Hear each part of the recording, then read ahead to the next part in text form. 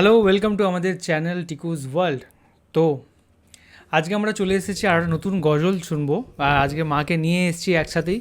তো আজকে আমরা শুনবো হচ্ছে বৃদ্ধাশ্রম গজলটি।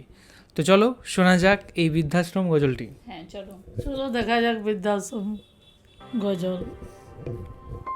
এটা তো নচিকেতার না, অন্য লোকের।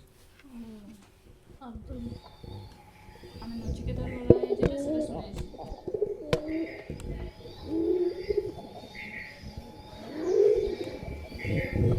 বৃদ্ধাশ্রম গান তো নচিকেতার, এটা গজল। বৃদ্ধাশ্রমে আছি আমি, বৃদ্ধাশ্রমে আছি, বৃদ্ধাশ্রমে আছি আমি, বৃদ্ধাশ্রমে আছি।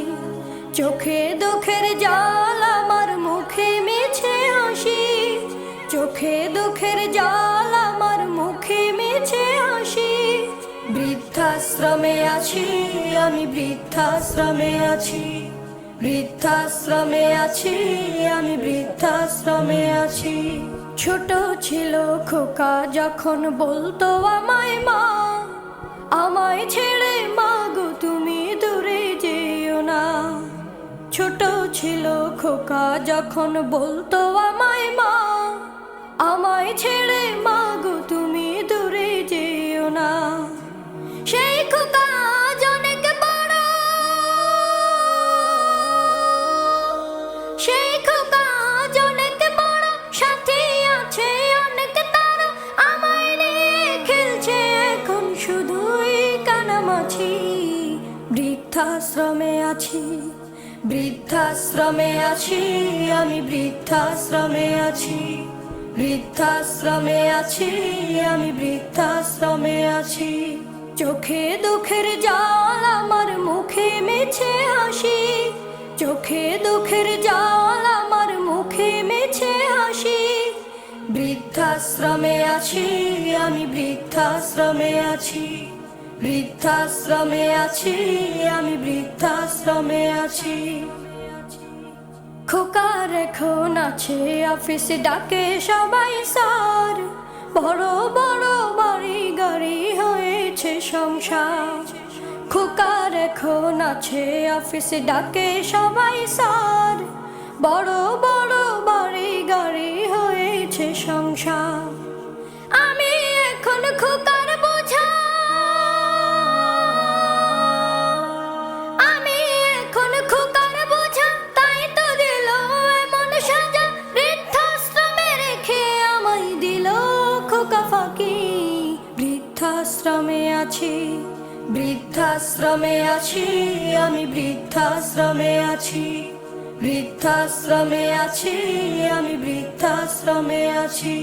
হতে পারিস পাষাণের তুই, আমি যে তা না, তুই যে আমার নার ছেঁড়া ধন, আমি তো তোর মা। হতে পারিস পাষাণের তুই, আমি যে তা না, তুই যে আমার নার ছেঁড়া ধন, আমি যে তোর মা। থাকিস ভালো আমায় ছাড়া, থাকিস ভালো আমায় ছাড়া, আমি যখন যাব মারা, পারবে না আর আমায় নিয়ে খেলতে কানামাছি। বৃদ্ধাশ্রমে আছি, বৃদ্ধাশ্রমে আছি আমি, বৃদ্ধাশ্রমে আছি, বৃদ্ধাশ্রমে আছি আমি, বৃদ্ধাশ্রমে আছি।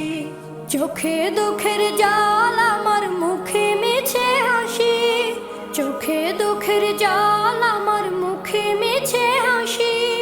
বৃদ্ধাশ্রমে আছি আমি, বৃদ্ধাশ্রমে আছি, বৃদ্ধাশ্রমে আছি আমি, বৃদ্ধাশ্রমে আছি। খুব সুন্দর একটা গজল শুনলাম, বৃদ্ধাশ্রম।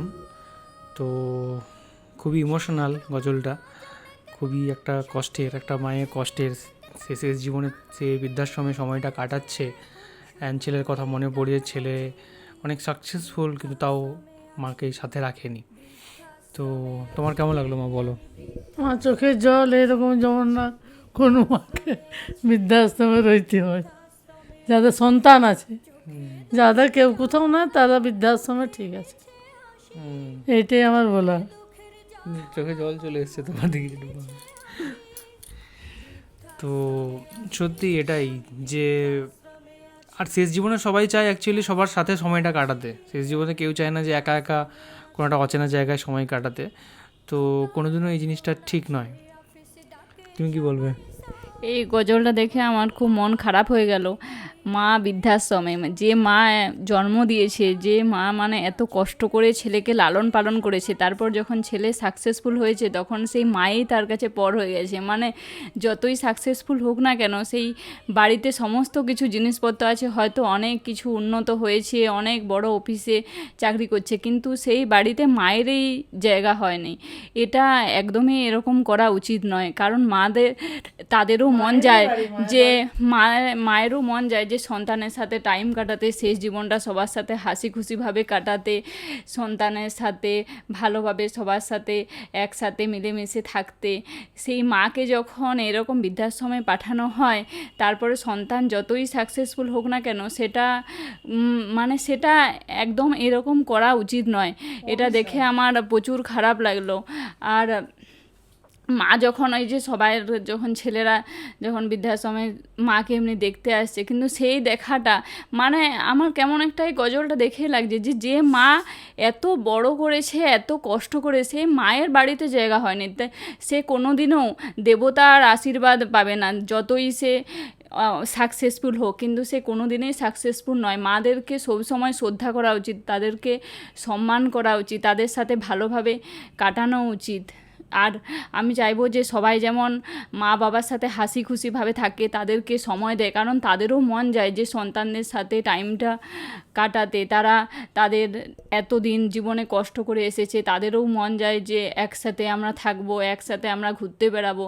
এরকম যেমন কেউ মানে না করে বৃদ্ধাশ্রমে না পাঠানো। যাদের কেউ নেই তারা ঠিক আছে এক জায়গায় থাকলো বৃদ্ধাশ্রমে, কিন্তু যাদের সন্তানরা আছে তাদের মাদের একদিকে যে দিয়ে আসা, সেটা একদমই করা উচিত নয়। আমার এটা দেখে খুব খারাপ লেগেছে।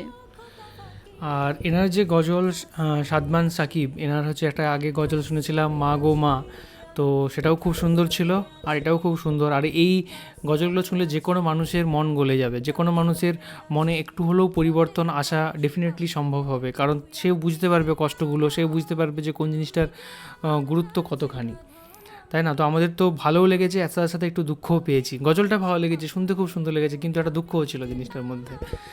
তো এই ছিল আমাদের reaction. Thank you so much আমাদের ভিডিও দেখার জন্য। আর কোন কোন ভিডিওর উপর বা গজলের উপর আমরা রিয়াকশান করতে পারি সেটাও কিন্তু কমেন্টে আপনারা জানাবেন। আর এখনকার মতো এই পর্যন্তই, দেখা হবে অন্য কোনো ভিডিওতে। ততক্ষণের জন্য ভালো থাকুন, সুস্থ থাকুন, আর দেখতে থাকুন আমাদের চ্যানেল। টাটা। চোখে জল চলে এই গজলটা দেখে প্রচুর মন খারাপ হয়েছে। মানে কেমন দেখো যে মা সন্তানকে এত বড় বৃদ্ধাশ্রমে আছি, আমি বৃদ্ধাশ্রমে আছি।